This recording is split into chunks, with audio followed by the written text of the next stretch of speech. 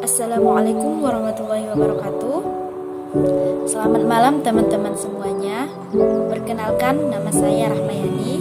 Saya adalah mahasiswi dari Fakultas Ekonomi dan Bisnis Islam, khususnya pada periode Ekonomi Syariah UIN Syahada. Nah, pada kesempatan kali ini saya akan membahas sedikit tentang auditing dalam perspektif Islam. Nah, sebelum kita membahas tuntas tentang auditing dalam perspektif Islam, ada baiknya kita memahami terlebih dahulu pengertian dari auditing tersebut. Ada beberapa pengertian dari para tokoh-tokoh terkenal. Salah satunya adalah dari Mulyadi pada bukunya yang diterbitkan pada tahun 2014 mengatakan bahwa auditing adalah proses pemeriksaan bukti tentang kebijakan operasional dan suatu kegiatan ekonomi secara objektif, untuk mengetahui apakah sudah sesuai dengan kebijakan yang berlaku dan kemudian memberikan hasil akhir berupa opini si auditor. Sedangkan menurut Agus pada yang pengarang bukunya diterbitkan pada tahun 2014 juga mengatakan bahwa auditing adalah suatu proses pemeriksaan oleh bagan yang bersifat independen atas kewajaran dan penyajian laporan keuangan, pembukuan, dan segala bukti pendukungnya oleh bagian yang berkewajiban. Nah, dari pengertian yang dikemukakan oleh kedua tokoh tersebut, dapat kita simpulkan bahwa auditing adalah suatu proses pemeriksaan yang dilakukan oleh bagan tertentu kepada suatu kebijakan operasional, di mana pemeriksaan tersebut hanya bisa dilaksanakan oleh orang-orang tertentu ataupun dari populasi perkantoran ataupun penyelidik yang mempunyai sifat independen dan tidak berpihak kepada salah satu pihak. Dengan kata singkatnya, auditing adalah proses pemeriksaan.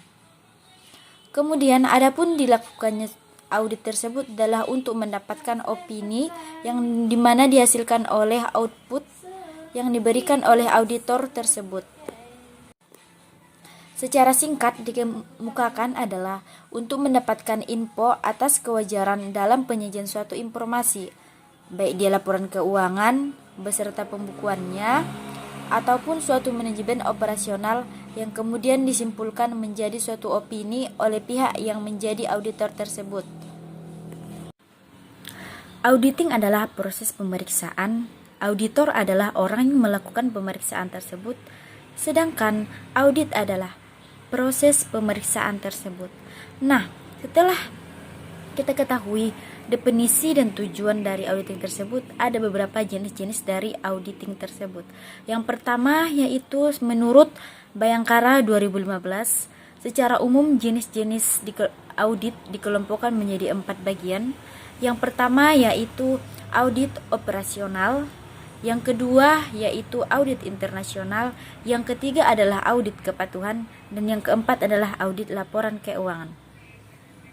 Kemudian menurut Agus 2014, jenis-jenis audit ditinjau dari jenis pemeriksaannya terbagi menjadi 4 kelompok.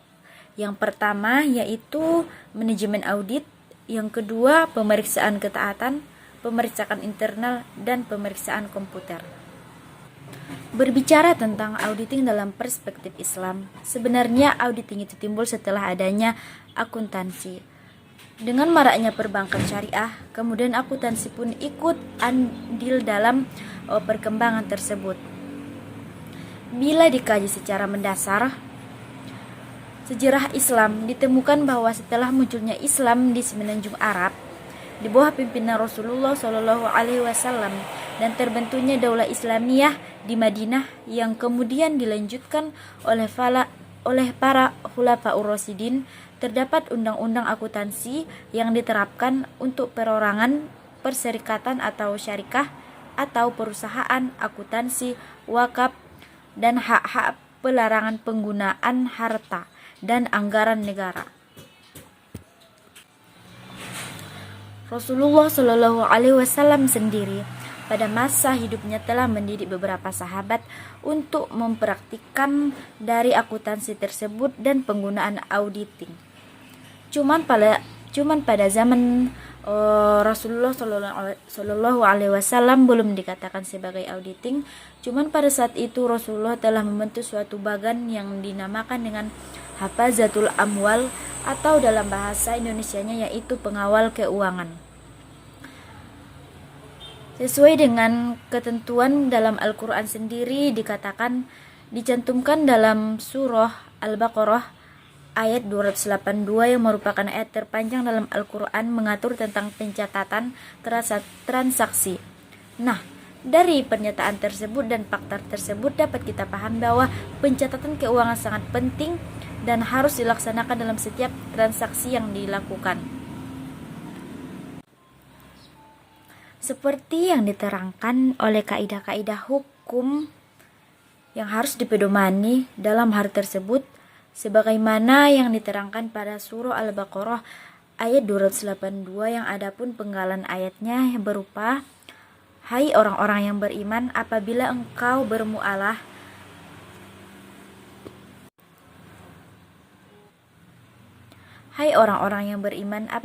bermualah tidak secara tunai untuk waktu yang ditentukan, hendaklah kamu menuliskannya.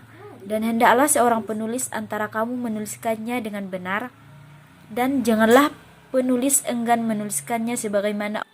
Selain itu, dalam Al-Quran surah Al-Jasiyah ayat ke-8 Allah berfirman, kemudian kami jadikan kamu di atas syariah atau peraturan dari urusan agama itu, maka ikutilah syariat itu, dan janganlah kamu ikuti hawa nafsu dari orang-orang yang tidak mengetahui itu.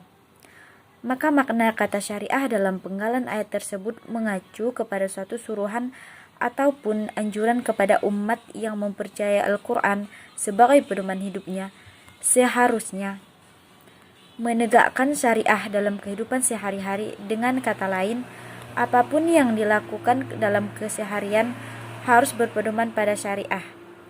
Karena itulah penting selalu mengawasi apakah keberlangsungan sistem sudah sesuai dengan anjuran syariah. Itulah landasan mengapa audit sangat diperlukan untuk senantiasa menjadi pemeriksa pengawasan dan prinsip yang telah dilakukan.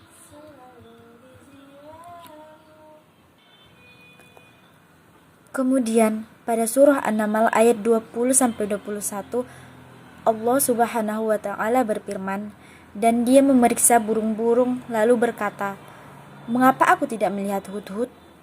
Apakah ia termasuk yang tidak hadir? Pasti akan kuhukum ia dengan hukuman yang berat atau kusembelih ia, kecuali jika ia datang kepadaku dengan alasan yang jelas.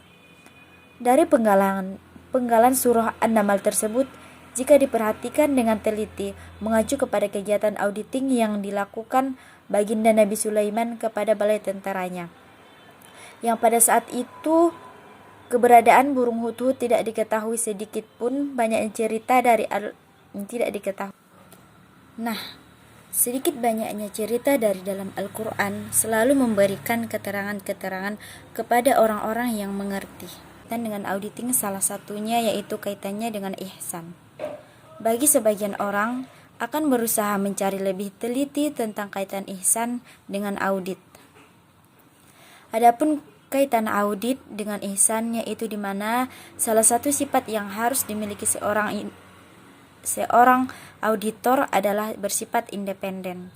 Nah, jika dikaji lebih dalam, independen ini merupakan penjabaran secara luas dari makna kata ihsan tersebut.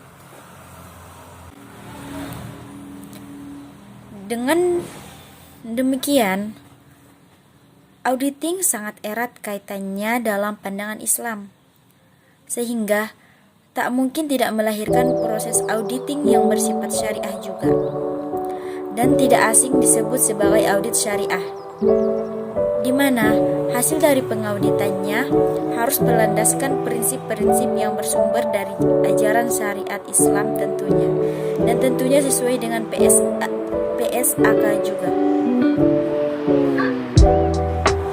Nah, kemudian untuk hasil outputnya sendiri, satu hal yang menjadi acuan seorang akuntan publik atau auditor yang bersifat syariah, yaitu dia harus memahami bahwa segala sesuatu yang dilakukan tidak luput dari pengawasan Allah Subhanahu wa Ta'ala, dan semua yang dilakukan akan mendapat ganjaran, baik itu yang disengaja maupun yang tidak disengaja, walaupun itu hanya sekecil atom, sesuai dengan firman Allah Subhanahu wa Ta'ala dalam Al-Quran surah Al-Zalzalah ayat 7-8 yang bunyi artinya adalah: barang siapa yang mengerjakan kebaikan seberat zarah pun, maka ia akan melihat balasannya, dan barang siapa yang melakukan kejahatan seberat zarah pun, maka ia akan melihat balasannya juga.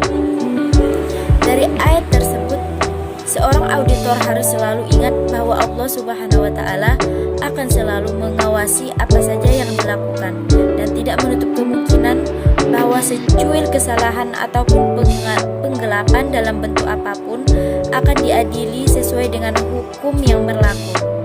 Manusia mungkin bisa dikelabui, namun tidak dengan Allah Zat yang Maha Tahu